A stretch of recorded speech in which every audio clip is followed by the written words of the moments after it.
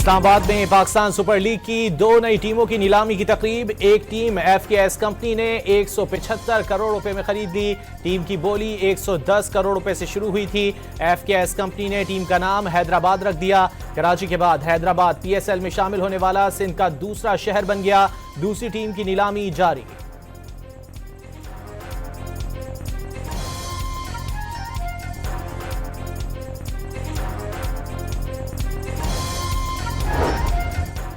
वजीर आजम का बलोचिस्तान से दहशतगर्दी के खात्मे तक चैन से ना बैठने का आज़म। दहशतगर्दों ने खैबर पख्तूनख्वा की तरह बलोचिस्तान में भी मुश्किलात पैदा की।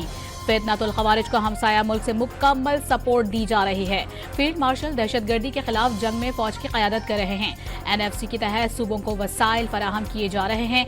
पंजाब अपने हिस्से के 11 अरब रुपए बलोचिस्तान को देता है।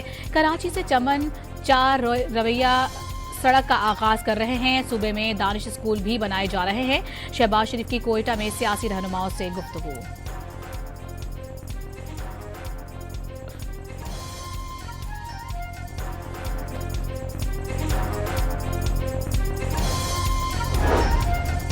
वज़ीर आज़म से गवर्नर बलूचिस्तान जाफर खान बंदोखेल की मुलाकात। सूबे में जारी तरक्याती मंसूबों पर पेशरफ से आगाह किया। वज़ीर आला सरफराज बुगटी, वफाकी वज़रा और दीगर सियासी रहनुमा भी शरीक। गवर्नर हाउस पहुंचने पर शहबाज शरीफ को गार्ड ऑफ ऑनर पेश किया गया।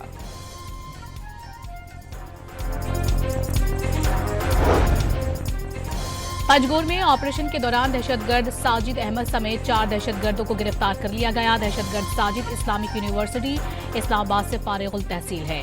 जदीद तरीन असलहा भी बरामद कर लिया गया। साजिद की भाभी भी BYC की कार्रवाई में मुलाविस थी। एडिशनल चीफ सेक्रेटरी दाखिला और DIG CTD की कोयटा में news conference.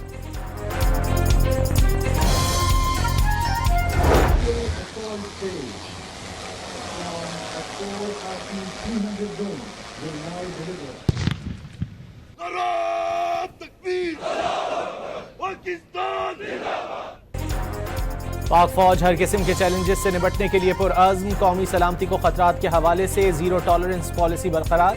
Field marshal Asim Munir का मुस्तकबिल की जंगों के हवाले से तैयारियों और जिद्दत अपनाने पर जोर। इलाकाई सालमियत और दाखिली इस्तेहकाम के तहफ़्फ़ुज़ के लिए अज़्म का इरादा। फील्ड मार्शल ने लाहौर गैरिजन के दौरे में तरबियती मशकों का जायजा लिया।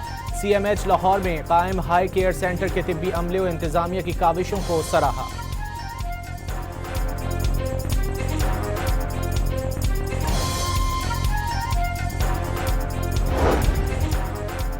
तारिक फजल चौधरी ने मुज़ाकरात पर PTI की क़यादत को तकसीम करार दे दिया। मुज़ाकरात सियासत का दूसरा नाम है, इसके बगैर कोई मसला हल नहीं किया जा सकता। विफाकी वजीर की प्रेस कॉन्फ्रेंस। सियासी मुज़ाकरात के लिए नेशनल डायलॉग कमेटी की कोशिशों का भी खैर मकदम।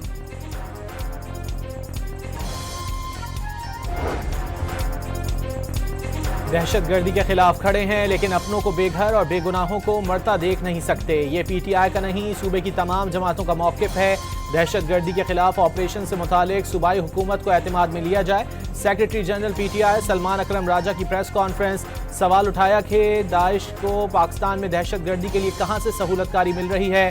दाइश का असलहा गोला बारूद कहाँ से मिल रहा है, उसका जवाब मिलना ज़रूरी है। बानी और PTI पर दहशतगर्दी की सहूलतकारी का इल्ज़ाम अफसोसनाक करार।